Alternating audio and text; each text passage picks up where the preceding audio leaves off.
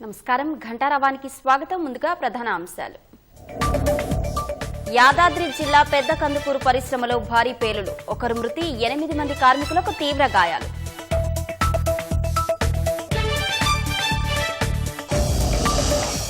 అంతర్జాతీయ ప్రమాణాలతో Cherlapalli railway terminal నిర్మాణం సోమవారం వర్చువల్ గా ప్రారంభించనున్న ప్రధాని మోదీ.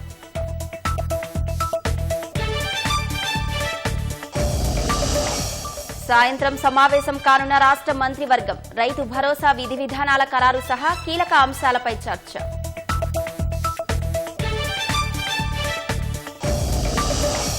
అంతర్జాతీయ తెలుగు మహాసభల్లో ఆకట్టుకుంటున్న స్టాల్స్, అష్టాచెమ్మ, వామన గుంటలు వంటి ఆటలు ఆడేందుకు వీలు.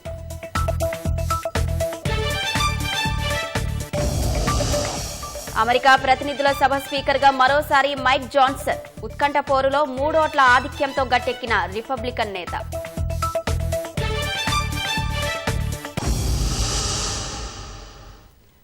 హైదరాబాద్ వేదికగా జరుగుతున్న అంతర్జాతీయ తెలుగు మహాసభల్లో కేంద్ర మంత్రి కిషన్ రెడ్డి మాట్లాడుతున్నారు. ప్రత్యక్ష ప్రసారం ద్వారా చూద్దాం.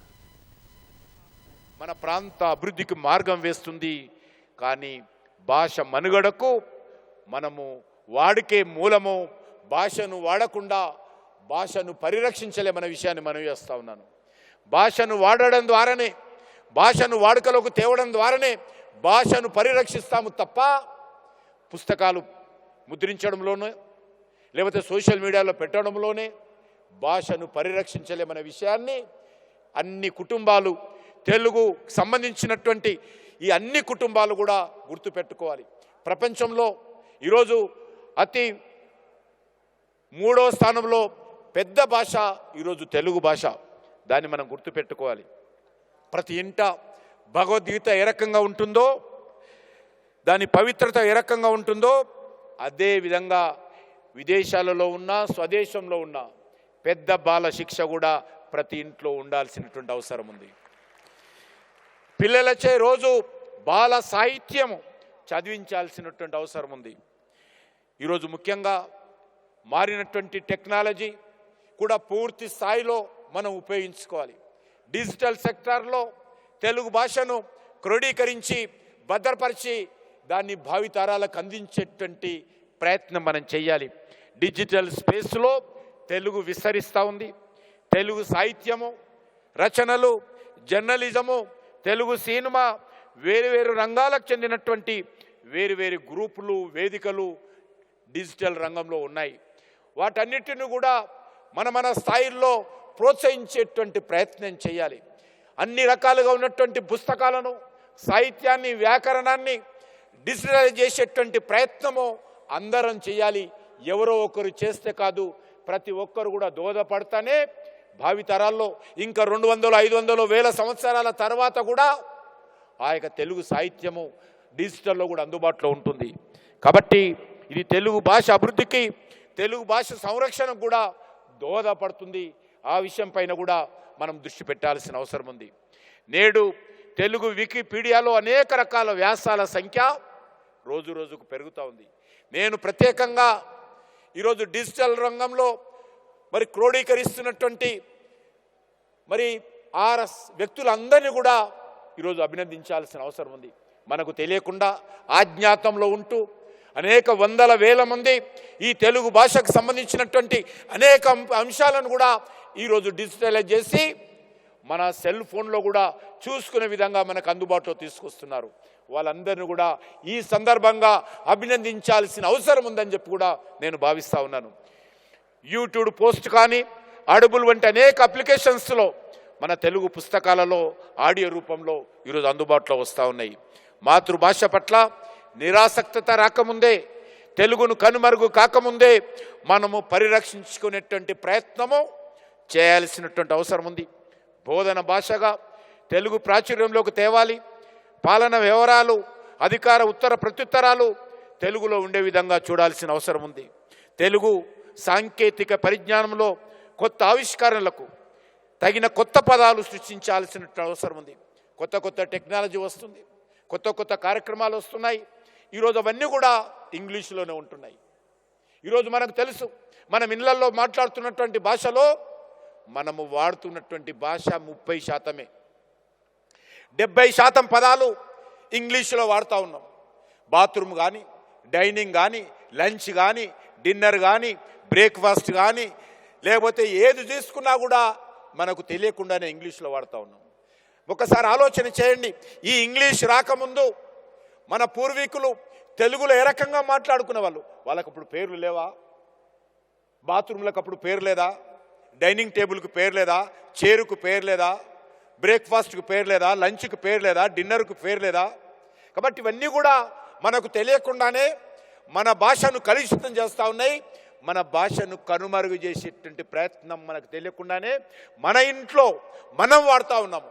కాబట్టి భాష విషయంలో అన్ని రకాలుగా ఈరోజు ఆలోచన చేయాలి. ఈరోజు తల్లిదండ్రులు పిల్లలను ఇంగ్లీష్లో మాట్లాడని, నేను ఈరోజు ప్రజాప్రతినిధిగా ఉన్నాను. నేను బస్తీలలో వెళ్తున్నప్పుడు, ఏరియాలో తిరుగుతున్నప్పుడు ఒక ఇంట్లో ఒక తల్లిదండ్రులను ప్రశ్నిస్తాను, మీ పాప ఎక్కడ చదువుతున్నది, మీకు కొడుకు ఎక్కడ చదువుతుందంటే పాపనేమో గవర్నమెంట్ స్కూలు, కొడుకేమో ఇంకా ఇంగ్లీష్ మీడియం స్కూలు. ఎందుకంటే పాప పెళ్లి చేసి పోతుంది కదా, ఆమె ఏ భాష ఏంటి అనేది. కాబట్టి ఈరోజు ఈ తెలుగు భాషను పరిరక్షించుకోవాలి. ఇంట్లో అమ్మ నాన్న అంటే తల్లిదండ్రుల కోపం, మమ్మీ డాడీ అంటే కళ్ళలో ఒక సంతోషం, ఇది పోవాలి. అమ్మలో ఉన్నటువంటి ఆత్మీయత, నాన్నలో ఉన్నటువంటి ఆప్యాయత ఇంగ్లీష్లో మమ్మీ డాడీలో ఉండదనే విషయాన్ని మనం గుర్తుపెట్టుకోవాలని కోరుతా ఉన్నాను.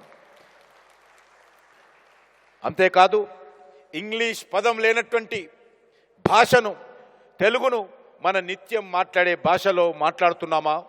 ఇంగ్లీషును మన దేశంలో రాకముందు ఏ రకంగా ఉండింది, ఇప్పుడు ఏ రకంగా ఉండిందో ఒక్కసారి మీరు ఇంట్లోకి వెళ్ళిన తర్వాత ఆలోచన చేయండి, వాడండి అని మనవి చేస్తా ఉన్నాను. తెలుగు రాష్ట్రంలో, తెలుగు రాష్ట్రాలలో, తెలుగు మాధ్యమంలో ఉన్నటువంటి పాఠశాలలు విద్యార్థులు లేక విద్యా సంస్థలు మూతపడతా ఉన్నాయి. ఒక తెలంగాణ రాష్ట్రంలో ఈరోజు 4000 తెలుగు మీడియం స్కూళ్ళు మూతపడ్డాయి. ఆంధ్రప్రదేశ్లో కూడా కొన్ని వేలాది స్కూళ్ళు మూతపడతా ఉన్నాయి. ఇది ఎటు దారి తీస్తుందో ఒక్కసారి ఆలోచన చేయాల్సిందిగా నేను అందరినీ కోరుతా ఉన్నాను. అన్ని పాఠశాలల్లో తెలుగు బోధన మీద ప్రత్యేక దృష్టి పెట్టాలి. ప్రాథమిక స్థాయి వరకు మాతృభాషలోనే ఉండాలనేటువంటిది నరేంద్ర మోడీ గారు తీసుకొచ్చినటువంటి నూతన విద్యా విధానం. దాన్ని మనం పరిరక్షించుకోవాల్సినటువంటి అవసరం ఉంది. ఈరోజు పట్టుదలతో ఆ యొక్క న్యూ ఎడ్యుకేషన్ పాలసీ ఏదైతే ఈరోజు నరేంద్ర మోడీ గారి ప్రభుత్వం తీసుకొచ్చిందో ఆ యొక్క విద్యా విధానం అమలు చేయాలి. మన దేశంలో అనేకమైనటువంటి ప్రాంతీయ భాషలు ఉన్నాయి. ఆ ప్రాంతీయ భాషలు రక్షించబడాలంటే ఖచ్చితంగా మరి ఈరోజు ప్రాథమిక స్థాయిలో తెలుగులోనే విద్యా బోధన ఉండాలనేటువంటిది ఈరోజు కేంద్ర ప్రభుత్వము మన మాతృభాషలను రక్షించుకోవడం కోసం తీసుకొచ్చినటువంటి నూతన విద్యా విధానంలో ప్రధానమైనటువంటి అంశము అమ్మ భాషను, మాతృభాషను, స్థానిక భాషను పరిరక్షించాలనేటువంటి ఒక తపన మన ప్రధానమంత్రి నరేంద్ర మోడీ గారికి ఉంది కాబట్టే ఈరోజు తీసుకొచ్చాము. దీన్ని ఖచ్చితంగా రానున్న రోజుల్లో మీ అందరి యొక్క ఆశీస్సులతో, మీ అందరి సహకారంతో నూతన విద్యా విధానాన్ని దేశమంతా కూడా అన్ని రాష్ట్రాల్లో అమలు చేస్తాము. ప్రాంతీయ భాషలను పరిరక్షించేటువంటి ప్రయత్నం చేస్తాము. దానికి మీలాంటి పెద్దల యొక్క సహాయ సహకారాలు కూడా కావాలని సందర్భంగా కోరుతా ఉన్నాను. అంతేకాదు ఈరోజు చూస్తూ ఉన్నాం, మొబైల్స్లో, కంప్యూటర్లలో మరింతగా తెలుగు ప్రోత్సహించడం కోసం, తెలుగు ఉపయోగించడం కోసం ప్రయత్నాలు జరగాల్సినటువంటి అవసరం ఉంది. న్యాయస్థానాలలో కూడా తెలుగు భాష వాడకం పెరుగుతూ ఉంది. ఈరోజు మెడికల్ కాలేజెస్ కానీ, ఇంజనీరింగ్ కాలేజెస్ కానీ మాతృభాషలో చదువుకోవడం కోసం, మాతృభాషలోనే పరీక్ష రాయడం కోసం ఈరోజు మార్పులు తీసుకొచ్చాము. ఉత్తరప్రదేశ్ లాంటి రాష్ట్రంలో హిందీలోనే ఇంజనీరింగ్ ఉంటుంది, హిందీలోనే మెడికల్ భాష ఉంటుంది. ఆ యొక్క హిందీలోనే డాక్టరేట్ చదవచ్చు, అడ్వకేట్లు కావచ్చు. ఈ రకంగా మార్పులు తెస్తూ ఉన్నాం న్యూ ఎడ్యుకేషన్ పాలసీలో భాగంగా. కాబట్టి అన్ని భాషలు ఆ రకంగా పరిరక్షించాల్సినటువంటి అవసరం ఉంది. ఈరోజు న్యాయస్థానాలలో కూడా తెలుగు భాష వాడకం పట్ల మరి ప్రోత్సహించాలి. భారత ప్రభుత్వం అంగీకరించింది, తెలుగులోనే ప్రాంతీయ భాషల్లోనే తీర్పులు ఇవ్వాలి. అప్పుడే ఎవరైతే కక్షిదారులు ఉంటారో వాళ్ళకు అప్పుడు వాస్తవాలు తెలుస్తాయి. పేదవాళ్ళు, ఇంగ్లీష్ రాని వాళ్ళు వచ్చినప్పుడు తమ న్యాయవాది ఏం వాదిస్తున్నాడో తెలియదు. కానీ మాతృభాషలో వాదిస్తున్నప్పుడు నా సమస్య న్యాయవాది సగౌరవంగా పెడుతున్నాడా లేదా న్యాయమూర్తి ముందనే విషయం తెలుస్తుంది. కాబట్టి ఆ రకంగా స్థానిక భాషలోని న్యాయస్థానాలలో కూడా వాదనలు, ప్రతివాదనలు, తీర్పులు ఉండాలనేది ఈరోజు భారత ప్రభుత్వం నిర్ణయించి అనుమతించిందనే విషయాన్ని మనం చేస్తూ ఉన్నాను. ఈరోజు మనం చూస్తూ ఉన్నాం సినిమాల పేర్లు కూడా అచ్చ తెలుగులో ఉండాలి. ఈరోజు సినిమాల్లో తెలుగులకు పేరు లేనట్టు మనకు తెలుసు. ఏ రకంగా అద్భుతమైనటువంటి పేర్లు అక్కినేని నాగేశ్వరరావు నటించిన సినిమాలు కానీ, ఎన్టీ రామారావు గారు నటించినటువంటి సినిమాలు కానీ తెలుగు సంబంధించినటువంటి అద్భుతమైనటువంటి పేర్లతో సినిమాలు వచ్చేది. ఈరోజు ఇంగ్లీష్ పేర్లు తెస్తున్నాం. కాబట్టి అన్ని రంగాలలో కూడా ఈరోజు మరొకటి కూడా మనం మాట్లాడుకోవాలి. ఈరోజు తెలుగు సినిమా ప్రపంచవ్యాప్తంగా తెలుగు భాషకు గుర్తింపు తెచ్చే విధంగా ప్రయత్నాలు జరుగుతూ ఉన్నాయి. ఆ రకంగా మన తెలుగు సినిమాలు డబ్బింగ్ అయినప్పటికీ కూడా ఇది ఎక్కడి సినిమా అంటే భారతదేశంలోని తెలుగు భాషలో వచ్చినటువంటి సినిమాని ఈరోజు ప్రపంచమంతా కూడా మనకు తెలుగు భాషకు పేరు తెస్తున్నటువంటి పరిస్థితి ఈరోజు కనిపిస్తూ ఉంది. అంతేకాకుండా ఈరోజు ముఖ్యంగా ప్రపంచ తెలుగు సమాఖ్య పెద్దలందరూ కూడా తెలుగు భాష పరిరక్షణ, వాటి అభివృద్ధి కోసం చేస్తున్నటువంటి కృషి తప్పకుండా మరి అభినందించాల్సినటువంటి అంశాన్ని ఈ సందర్భంగా మనవి చేస్తున్నాను. ఇటీవల ప్రధానమంత్రి గారు మన్ కీ బాత్లో తెలుగు భాషా దినోత్సవం రోజు ఆయన సరిగ్గా మన్ కీ బాత్ వచ్చింది. ఆ రోజైన తెలుగు భాషా దినోత్సవం రోజు మాట్లాడినటువంటి మాటలు నేను ముందు పెడతాను. మాతృభాషతో అనుసంధానమైతే మన సంస్కృతి విలువలు సాంప్రదాయాలతో మంచి బంధం ఏర్పడుతుంది. దేశంలో వారసత్వ భాషల్లో తెలుగు కూడా ఒకటి. తెలుగు సాహిత్యము వారసత్వ సంపదలో భారతీయ సంస్కృతికి సంబంధించినటువంటి అనేక అద్భుతాలు తెలుగు భాషలో ఉన్నాయి. తెలుగు వారసత్వాన్ని యావత్ దేశానికి అందించేటువంటి ప్రయత్నము తాము కూడా చేస్తామని ప్రధానమంత్రి గారు చెప్పారు. ఇంతటి గొప్ప భాషను కాపాడుకోవడం మనందరి బాధ్యత అని ఆయన చెప్పారు. ప్రస్తుత కర్తవ్యమని చెప్పారు. తెలుగు భాషలో ఎన్నో యాసలు, మరెన్నో మాండలికాలు ఉన్నాయి. ఒక్కొక్క దాంట్లో ఒక్కొక్క అందమైనటువంటి భావన, ఒక్కొక్క జిల్లాలో ఒక మధురమైనటువంటి భాష. మన శ్రీకాకుళం వెళ్తే ఒక అద్భుతమైనటువంటి భాష, మన తూర్పుగోదావరి పశ్చిమ గోదావరికి వస్తే అద్భుతమైనటువంటి భాష, మన కృష్ణా గుంటూరుకు వస్తే అద్భుతమైనటువంటి భాష. మన ఈరోజు ఏదైతే ఇటీవల ఒక సినిమా వచ్చింది, ఆ సినిమాకి సంబంధించినటువంటి భాష చిత్తూరు భాష. ఇక రాయలసీమకు వస్తే ఒక భాష, ఆదిలాబాద్కు వస్తే ఒక భాష, నిజామాబాద్కు వస్తే ఒక భాష, హైదరాబాద్కు వస్తే ఒక భాష. ఈ రకంగా మన తెలుగు భాషలో అనేక యాసలు, అనేక మాండలికాలు, అద్భుతంగా అందంగా కనిపించేటువంటి భాష మన తెలుగు భాష. అటువంటి భాషను మనం అందరం రక్షించుకోవాలి. చివరగా, తల్లి పాలతో తేంచినది తెలుగు భాష, సర్వభావాలను రుచులు నేర్పినది అమృతాంగి మన తెలుగు భాష. ఎంత చక్కటి నాదం నా తెలుగు భాష, మాటల మందారాలు, పదాలు, సుందర శిల్పాలు. నా తల్లి నా కందం, నా భాష నాకు ఆనందం, నా భాష రవలి, నా భాష జీవన హేళ. అందమైన తెలుగు భాష, తెలుగు భాషకు నా వందనాలు. జై హింద్, భారత్ మాతాకి జై. ధన్యవాదాలు సార్. నిజంగానే మన కేంద్ర మంత్రివర్యులు కిషన్ రెడ్డి గారు పడ్డ ఆవేదనలో ఎంతో వాస్తవం ఉంది. నిజానికి వారిది చాలా అమూల్యమైన ప్రసంగం వారు మాట్లాడింది. మన భాషని కాపాడుకోవాల్సిన బాధ్యత మన మీదే ఉంది. అతి ముఖ్యంగా యాదగిరిగుట్ట మండలం పెద్ద కందుకూరులోని ప్రీమియర్ ఎక్స్ప్లోజివ్స్ పరిశ్రమలో పేలుడు సంభవించింది. పేలుడు ధాటికి పరిశ్రమలో పనిచేసే ఓ కార్మికుడు మృతి చెందగా మరో 8 మందికి తీవ్ర గాయాలయ్యాయి. ఇందులో ఒకరి పరిస్థితి విషమంగా ఉన్నట్లు తెలుస్తోంది. పేలుడులో మృతి చెందిన వ్యక్తిని కనకయ్యగా గుర్తించారు. మృతుడి స్వగ్రామం బచ్చన్నపేటగా సమాచారం. మరో కార్మికుడి పరిస్థితి విషమంగా ఉండడంతో అతన్ని హైదరాబాద్లోని ప్రైవేట్ ఆసుపత్రికి తరలించారు. అతన్ని రామాజిపేటకు చెందిన ప్రకాష్గా గుర్తించారు. ప్రమాదంలో గాయపడిన మిగతా 6 కార్మికులకు వివిధ ఆసుపత్రుల్లో చికిత్స అందిస్తున్నారు. ఘటనా స్థలికి చేరుకున్న పోలీసులు ఘటనపై విచారణ చేసి చర్యలు తీసుకుంటామని తెలిపారు.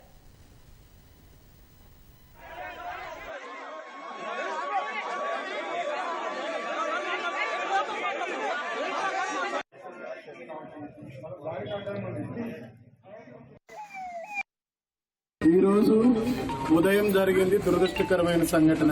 ఈ సంఘటన ఒక ప్రాసెస్ బిల్డింగ్ లో 9:45 ప్రాంతంలో జరిగింది. ఆ సమయంలో ఆ బిల్డింగ్ లో 4 ఎంప్లాయీస్ మాత్రమే పనిచేస్తున్నారు. అందరూ ఊహించినట్టుగా 15 మంది 20 మంది ఆ బిల్డింగ్ లో లేరు. ఆ బిల్డింగ్ ఇన్ఛార్జి గాని, ఆ బిల్డింగ్ అదర్ టెక్నీషియన్స్ గాని అందరూ లంచ్ టైం దగ్గర సమీపిస్తున్నందున బయటికి వచ్చేసారు. సంఘటన ఏ విధంగా జరిగింది అనేది ఇంకా నిశ్చితంగా పరిశీలించి చెప్పగలను. ఇప్పుడే నేను సిఐ గారు, డిస్ట్రిక్ట్ ఫైర్ ఆఫీసర్ గారు బిల్డింగ్ దగ్గరికి వెళ్ళొచ్చాము. ఇంకా బిల్డింగ్ దగ్గర లోపలికి వెళ్ళటానికి ఇంకా కొంత సమయం కావాలి. లోపల ఇంకా కొంచెం మెటీరియల్ ఉంది. అది కూడా మొత్తం చల్లారిన తర్వాత వెళ్దామని చెప్పి సిఐ గారికి చెప్పేసి అందరం ఇటు వచ్చాము. ఇంకోటి దురదృష్టకరం ఏంటంటే ఇప్పుడు మనం పంపించిన 3-4లో ఒక వ్యక్తి మా senior employee, unfortunate thing. Other 3 employees వాళ్ళకి ఎక్స్టర్నల్ మైనర్ ఇంజరీస్. ఒక వ్యక్తి చాలా క్రిటికల్ గా ఉన్నాడు. వాళ్ళని హాస్పిటల్లో ట్రీట్మెంట్ చేస్తున్నాము. అందరూ అనుకుంటున్నట్టు ఎక్కువ మంది వ్యక్తులు కానీ ఎవరు కానీ లేరు. సరే, ఎందుకు జరిగింది అనేది టెక్నికల్ అనాలిసిస్ మేము చేస్తాము. అందరూ సమయం పాటించి మాకు సహకరించాలని కోరుతున్నాం. మేనేజ్మెంట్ చెప్పిన ప్రకారం ఏంటంటే అక్కడ మెగ్నీషియం మెటీరియల్ ఉంది, దానికి ఎక్స్పోజివ్ నేచర్ ఉంటుంది. సో దాంట్లో నార్మల్ వాటర్ టచ్ అయినా కూడా బ్లాస్ట్ అయ్యే అవకాశం ఉంటుంది. కాబట్టి ఎటువంటి మూవ్మెంట్ ఏం చేయడం, ఒక 1 అవర్ పాటు అది కూలింగ్ అయిపోయిన తర్వాతనే ఎవరికైనా అనుమతిస్తాం. అదర్వైజ్ ఏం చేయాలి, లోపల కూడా బోర్ పరిస్థితుంది. అక్కడ ఇంకా వేరే ఎటువంటి ఏం ఇన్సిడెంట్స్ అయితే ఏం కనపడలేదు. వీళ్ళు చెప్పేదాని ప్రకారం అయితే ఆ ఇన్సిడెంట్ జరిగినప్పుడైతే లోపల 4 మెంబర్స్ ఉన్నారు. దానికి సంబంధించిన హరిదాస్ డీటెయిల్ మాత్రం బయట ఉన్నారంట. వాళ్ళకి మార్నింగ్ 6 to 2 o'clock షిఫ్ట్ ఇది అని తెలుస్తుంది. వాళ్ళు చెప్పేదాని ప్రకారం 6 o'clock ఎక్కారు కాబట్టి డ్యూటీకి మధ్యాహ్నం లంచ్ గురించి 10 o'clock లంచ్ టైం ఉంది అన్నది. సో ఒక 10 నిమిషాల ముందే కొంతమంది బయటకు వెళ్ళడం వల్ల అప్పుడు ఇన్సిడెంట్ జరిగినప్పుడు మాత్రం ఓన్లీ 4 persons ఉన్నారని తెలుస్తుంది. దీనిపైన ఒకవేళ ఈ మొత్తం ఇన్డెప్త్ గా ఇన్వెస్టిగేషన్ చేసి నెగ్లిజెన్స్ పైన మనం యాక్షన్ తీసుకుని జరుగుతుంది. లంచ్ టైం అయింది, వీళ్ళకి కొంచెం లేట్ అయింది. మేము వచ్చి బయటకు వెళ్తున్నాము. వాళ్ళు తీసి లోపల పోయారు. అంతే, అటు ఏం జరిగింది ఏం తెలియదు. కొంచెం మంటలకు వచ్చింది, తర్వాత శబ్దం వచ్చింది. 9:30, 9:20 అవుతుంది. ఎగ్డౌన్ పక్క బిల్డింగ్ స్పార్క్ మంటలు వెళ్తున్నాయి, ఉరికొస్తున్నాయి, బాగానే ఉరికొస్తున్నాయి అటు ఇటు. ఇక అందరం ఉత్తనే ఉన్నాం. ఇక ఆ పసిప్ట్ వాళ్ళు ఉన్నారు ఆ బిల్డింగ్, పక్క బిల్డింగ్. వాళ్ళు లంచ్కి వెళ్దామని రెడీ అయ్యి బయటకు ఉన్నారు. వాళ్ళు అనుకోకుండా ఆటోమేటిక్గా లోపల ఏం జరిగిందో మాకు తెలియదు. ఎగ్దౌన్ మంటలు రాగానే మేము పక్క బిల్డింగ్ వాళ్ళము, వాళ్ళు వీళ్ళు అందరూ ఉత్తరం ఉన్నాం చెల్లెలకి. ఇవన్నీ వస్తున్నాయి. ఆ సౌండ్కు తలక మిరనారాలన్నీ కూస్తున్నాయి. భయం అవుతుంది. ఇంకా టైంలో మేము లోపల ఉన్నాం, పక్కపండ బిల్డింగ్. సౌండ్ రాగానే చెట్లు పడి ఉడుతూనే ఉన్నాం. అంతే, ఇక మాకు చెవులు గిగ్గు అంటున్నాయి. సపరేట్గా దూరం పడి వెళ్ళిపోయినాం. లోపల ఏం జరిగింది ఏంటంటే మాకు తెలియదు. మేము అక్కడ ఆఫీస్లో కూర్చున్నాము. మాకు సౌండ్ వినబడ్డది. సౌండ్ వినబడగానే సౌండ్ బయట కురికొచ్చేసింది. బయట కురికొచ్చేసే వరకు ఇంకొకసారి పెద్దగా సౌండ్ వినబడ్డది. ఆ సౌండ్కు మొత్తం ఇక అందరు ఇక్కడ ఉండదు, ఎవరు అందరు వెళ్ళిపోయిన బయటకు వెళ్ళిపోయినారు. కానీ బయటకు వచ్చేసి ఆఫీసులో 30 మంది 34 మంది ఉంటారు. మా బిల్డింగ్ వేరు, పేలిన బిల్డింగ్ వేరు. అంటే పక్క బిల్డింగ్ అన్నట్టు మాది. దానికి భయపడి బయటకు వచ్చేసినాం. బయటకు వచ్చేసి ఇక మొత్తం అందరం టైం ఆఫీస్ దగ్గరకు వచ్చాం. మేడ్చల్ జిల్లా మేడిపల్లి పోలీస్ స్టేషన్ పరిధిలో క్యాబ్ డ్రైవర్ దారుణ హత్యకు గురయ్యాడు.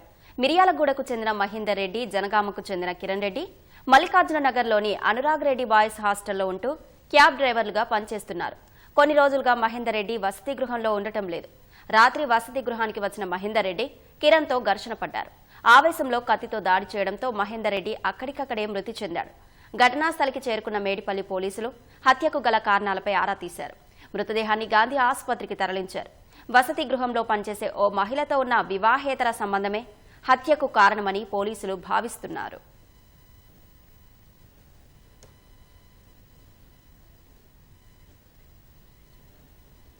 కరీంనగర్ ఆర్ఓబీ నిర్మాణ పనుల్లో ఎనలేని జాప్యం ప్రజలను కన్నీళ్లు పెట్టిస్తోంది. కరీంనగర్ చొప్పదండి మార్గంలో నిర్మిస్తున్న ఆర్ఓబీ సకాలంలో పూర్తి కాక అవస్థలు పడుతున్నారు. రైల్వే ఓవర్ బ్రిడ్జ్ పూర్తి కాక రోడ్డు మార్గం సరిగ్గా లేక వాహనదారులు తీవ్ర ఇబ్బందులు ఎదుర్కొంటున్నారు. కేంద్రం, రాష్ట్రం అంటూ విమర్శలు మాని పనులు పూర్తి చేసేందుకు ప్రజాప్రతినిధులు చొరవ చూపాలని ప్రజలు కోరుతున్నారు. కరీంనగర్ నుంచి లక్షెట్టిపేట మీదుగా మంచిర్యాల వెళ్లే రహదారిలో రైల్వే ఓవర్ బ్రిడ్జ్ పనులు ముందుకు సాగడం లేదు. విపరీతమైన రద్దీతో పాటు ఆసుపత్రులు ఈ ప్రాంతంలోనే అధికంగా ఉన్నాయి. ఆర్ఓబీ నిర్మాణం విషయంలో రాజకీయ పార్టీల మధ్య వైరుధ్యాలతో పాటు గత రాష్ట్ర ప్రభుత్వం తన వాటా చెల్లించక నిర్మాణంలో ఎనలేని జాప్యం జరిగింది. నిత్యం 16 నుంచి 20 సార్లు రైల్వే గేట్ పడుతుండటం, పడినప్పుడల్లా 10 నుంచి 15 నిమిషాల పాటు ఇరువైపులా ట్రాఫిక్ నిలిచి నరకం కనిపిస్తోందని వాహనదారులు ఆవేదన వ్యక్తం చేస్తున్నారు. ఈ గేటు 4-5 సార్లు పడుతుంది. ఓకే, ఇబ్బంది అవుతుంది పబ్లిక్కి. దుమ్ములు ఎత్తుంది, కళ్ళల్లో దుమ్ము పడుతుంది, ఇబ్బంది అవుతుంది, యాక్సిడెంట్లు అవుతున్నాయి. తొందరగా కంప్లీట్ కావాలి. ఇట్లా రావాలంటేనే భయం అనిపిస్తుంది. ఈ డస్ట్కు, ఈ ఎత్తేసుడుకు బాగా ఇబ్బంది అవుతుంది. వాసేపు అంటే గంట ఎమర్జెన్సీ అప్పుడే గేట్ పడుతుంది. అదే నడుతుంది, ఏం లేదు, వర్క్ ఏం లేదు. పాటలు ఇప్పటికి వాసం చెప్పాలంటే ఇప్పుడు అయిపోవాలి. ఇది అర్ధ గంట 30 గంట ఇక్కడ వెయిట్ చేసి అటు పబ్లిక్ తిడతారు. మాకైతే మరీ ఇబ్బంది అవుతుంది. ఈ బండ్లు నడుపుతాయి. ఈ రోడ్డు మీదకి వెళ్ళి నడిపితే కంప్లీట్గా చేతులన్నీ నచ్చు రిపేర్ అయితేనే ఉన్నాయి. బండి ఊక వెల్డింగ్లు కొట్టించడం. ఈ రోడ్డును త్వరగా బాగు చేస్తే బాగుంటుందని మా అభిప్రాయం. కేంద్ర ప్రభుత్వం కేటాయించిన 154 కోట్ల నిధులతో ఆర్ఓబీ నిర్మాణానికి 2023 జూలై 13న భూమి పూజ చేశారు. అప్పటి నుంచి దాదాపుగా 15 నెలలుగా పనులు నత్తనడకన సాగుతున్నాయి. పనులు త్వరగా చేపట్టాలని స్థానిక ఎంపీ, కేంద్ర హోంశాఖ సహాయ మంత్రి బండి సంజయ్ 2 సార్లు పరిశీలించి ఆదేశించినా ఫలితం లేకపోయింది. ఇప్పటి వరకు కేవలం ఒకవైపు మాత్రమే పనులు ప్రారంభమయ్యాయి. మరోవైపు తాత్కాలిక రహదారిలో వెళ్లాలంటే ప్రజలు నానా ఇబ్బందులను ఎదుర్కొంటున్నారు. గతుకులు, దుమ్ముతో అవస్థలు తప్పడం లేదు. ప్రధాన రహదారి కావడం, ఆసుపత్రులు ఉండటంతో రద్దీ కారణంగా ప్రమాదాలు జరుగుతున్నాయని వాహనదారులు చెబుతున్నారు. కీలకమైన పనులను చేపట్టాల్సిన తరుణంలో పనులు పడకేశాయని స్థానికులు విమర్శిస్తున్నారు. పనులు పూర్తయ్యే వరకైనా ఈ మార్గంలో అనుసంధాన రోడ్డును ఏర్పాటు చేయాలని కోరుతున్నారు. అటు ప్రతిమ ఇన్స్టిట్యూట్ ఉంది. ఇన్స్టిట్యూట్ నుంచి ఎమర్జెన్సీ వార్డ్స్కి వెళ్ళాలన్నా, ఇంకెక్కడికి వెళ్ళాలన్నా ఇక్కడ అపోలో రీచ్ ఉంది. ఇటు నుంచి అటు వెళ్ళాలన్నా కానీ పిల్లలకు కానీ పెద్దలకు కానీ చాలా అవస్థలు అవుతున్నాయి. బ్రిడ్జ్ పనులు అసలు సునాయాసంగా తొందరగా జరగట్లేదు. రోడ్డు అస్సలు బాగలేదు. ఆటో వాళ్ళకి, పిల్లలకి, ముసలోళ్ళకి, డెలివరీ వాళ్ళకి, కొంచెం ప్రాణాపాయ స్థితిలో ఉన్న వాళ్ళకి ఎమర్జెన్సీ వెళ్ళాలంటే గేట్ ఎన్నిసార్లు అంటే ఒక 10 మినిట్స్కి ఒకసారి, హాఫ్ అన్ అవర్కి ఒకసారి గేటు పడుతూనే ఉంది. వచ్చేవాళ్ళు కానీ అటు పోయే వాళ్ళు కానీ గేటు పడితే అంబులెన్స్ లో ఉన్న పేషెంట్లు చాలా మంది చనిపోవడం జరిగింది. ఖాళీ పిల్లర్ల వరకే పూర్తయింది. ఇంకా ముందుకు సాగడం లేదు. ఈ బ్రిడ్జి పనులు త్వరగా కొనసాగించి ప్రజలకు గాని, పేషెంట్లకు గాని, కూలీ వాళ్ళకి గాని, ఈ రోడ్డు మార్గాన్ని వెళ్లే అందరికీ కూడా బాగుంటుందని మా అభిప్రాయం. 2 సంవత్సరాలు బ్రిడ్జి స్టార్ట్ చేసి ఇంతవరకు బ్రిడ్జి కాలేదు. మేము వస్తుంటే పోతుంటే మొత్తం నడుము నొప్పులు, బండ్లన్నీ ఖరాబ్ అవుతున్నాయి. మొత్తం నడుము నొప్పులు అవుతున్నాయి. ఒకవేళ మొన్న కింద పడితే ఒక పేషెంట్ అయింది, బండ్లకెళ్ళి కింద పడి ఇప్పుడు హాస్పిటల్ తీసుకొని వస్తున్నాం. ఈ బ్రిడ్జి మొత్తం రోడ్ అంటే ఎంత గలీజ్ ఉందంటే అంత గలీజ్ ఉంది. కనీసం ఈ బ్రిడ్జి అయ్యాక రోడ్ కూడా వేస్తలేరు. ఈ రైల్వే గేట్ వాడి మొత్తం గంటలు ఆగుడు అవుతుంది. మొన్న ఆటో ఆగితే యాక్సిడెంట్ చేసిపోయారు. నాకు డిస్క్ ప్రాబ్లం వచ్చింది. రైల్వే ఓవర్ బ్రిడ్జి నిర్మాణంలో కరీంనగర్ వైపు 9 పిల్లర్ల నిర్మాణం జరిగింది. దీనిపై స్లాబ్ వేసే పనులు ఇంకా మొదలు కాలేదు. చొప్పదండి వైపు మాత్రం కొద్ది దూరం పిల్లర్లపై స్లాబ్ వేశారు. ఇప్పటి వరకు సగం పని మాత్రమే పూర్తయింది. వాహనాలను దారి మళ్లిస్తేనే పనులకు ఆటంకం లేకుండా ఉంటుంది. రైల్వే అధికారులతో పాటు ఇంజనీరింగ్ అధికారులు తగిన దృష్టి సారిస్తేనే పనుల్లో పురోగతి ఉంటుంది. లేదంటే మరింత జాప్యం తప్పదనే అభిప్రాయం వ్యక్తమవుతోంది. ఈ పనులు చాలా నెమ్మదిగా చేయడం వల్ల అంతకుముందు ఓన్లీ గేటు పడ్డప్పుడు మాత్రమే ఇబ్బంది పడేది. కానీ ఇప్పుడు మేము ప్రతిసారి వచ్చినప్పుడు పోయినప్పుడు ఆ దుమ్ముతోని, ఆ మట్టి ఎత్తుగడ్డలు ఉండటంతోటి చాలా ఇబ్బంది పడుతుంది. డబ్బులు రిలీజ్ అయ్యి 2 సంవత్సరాలు గడిచినా గానీ బ్రిడ్జ్ కంప్లీట్ కావడం లేదు. ఇది మెయిన్ రోడ్డు. పబ్లిక్ కూడా చాలా ఇబ్బందులకు గురవుతున్నారు. ఇకనైనా కానీ ఈ బ్రిడ్జ్ తొందరగా కంప్లీట్ అయ్యేటట్టు చూడాలని మేము గవర్నమెంట్ కోరుతున్నాము. కనీసం రోడ్డు క్రాస్ చేయాలన్నా కానీ రోడ్డు కూడా సరిగ్గా లేదు, సక్రమంగా లేదు. ఒక వే వేసి ఒక వే క్లియర్ చేద్దామన్నా కానీ వాళ్ళు చేయడం లేదు. దాంతో బ్యాక్ పెయిన్స్ వస్తున్నాయి, బండ్లు పంక్చర్స్ అవుతున్నాయి, ఎన్నో రకాల ఇబ్బందులు పాలవుతున్నాం మేము. ఇక్కడ ఏ ప్రభుత్వం వచ్చినా కానీ ప్రజలకు అనుకూలంగా మేలు జరిగే విధానంగా త్వరగా పూర్తి చేయాలని కోరుతున్నాం. ఇప్పటికైనా పనుల్లో వేగం పెంచి ఆర్ఓబీ పూర్తి చేయాలని ప్రజలు కోరుతున్నారు. రాజమహేంద్రవరంలో గేమ్ చేంజర్ చిత్రం ప్రీ రిలీజ్ ఈవెంట్ కోసం భారీ ఏర్పాట్లు చేశారు. ముఖ్య అతిథిగా డిప్యూటీ సీఎం పవన్ కళ్యాణ్ హాజరు కానున్నారు. మరింత సమాచారం మా ప్రతినిధి సాయి కృష్ణ ప్రత్యక్ష ప్రసారం ద్వారా అందిస్తారు. రాజమహేంద్రవరంలో గోదావరి తీరంలో మెగా సందడి నెలకొంది. ఇక్కడ మెగా కుటుంబం నుంచి ఒక భారీ cinema release pre release event రాజమహేంద్రవరంలో గోదావరి జిల్లాల్లో నిర్వహించేందుకు అన్ని ఏర్పాట్లు చేశారు. జాతీయ రహదారి పక్కన కడియం మండలం వేమగిరి వద్ద మహానాడు తెలుగుదేశం పార్టీ నిర్వహించిన ప్రాంతంలో భారీ సెట్టింగ్ ఏర్పాటు చేసి ప్రీ రిలీజ్ ఈవెంట్ ఘనంగా నిర్వహించేందుకు మొత్తం ఏర్పాట్లన్నీ పూర్తి చేశారు. ఈ సాయంత్రం మెగా ఈవెంట్ జరగనుంది. మెగా కుటుంబం నుంచి వస్తున్న సినిమా కోసం అభిమానులంతా కూడా భారీగా ఎదురు చూస్తున్నారు. జోష్ నింపుతుంది ఇక్కడ పరిస్థితి. అయితే అభిమానుల్లో భారీగా ఉత్సాహం నెలకొంది. భారీ ఎత్తున ఈ కార్యక్రమానికి జనం తరలిరానున్నారు. చిత్ర యూనిట్ గ్లోబల్ స్టార్ రామ్ చరణ్తో పాటు పవర్ స్టార్ ఉప ముఖ్యమంత్రి పవన్ కళ్యాణ్ దీనికి హాజరవుతున్నారు ముఖ్య అతిథిగా. అట్లాగే చిరంజీవి వస్తారని కూడా మెగాస్టార్ అభిమానులు కూడా ఎదురు చూశారు. అయితే కొంతవరకు ప్రచారం జరిగినప్పటికీ ఆయన వస్తారా రారా అనేది ఇంకా కొంత సందిగ్ధం నెలకొంది. దీనికి సంబంధించి రాజమహేంద్రవరంలో ఇక్కడ కడియం మండలం వేమగిరి వద్ద భారీ సెట్టింగ్ చూడవచ్చు. 110 అడుగుల వరకు కూడా సినిమా ఈవెంట్ నిర్వహించేందుకు ఇక్కడ పెద్ద మెగా ఈవెంట్ ఏర్పాటు చేసే స్థాయిలో ఇక్కడ సెట్టింగ్ ఏర్పాటు చేశారు. 1,00,000 మంది వరకు కూడా మెగా అభిమానులు ఈ కార్యక్రమానికి తరలి వచ్చేందుకు వీలుగా ఏర్పాట్లన్నీ సిద్ధం చేశారు.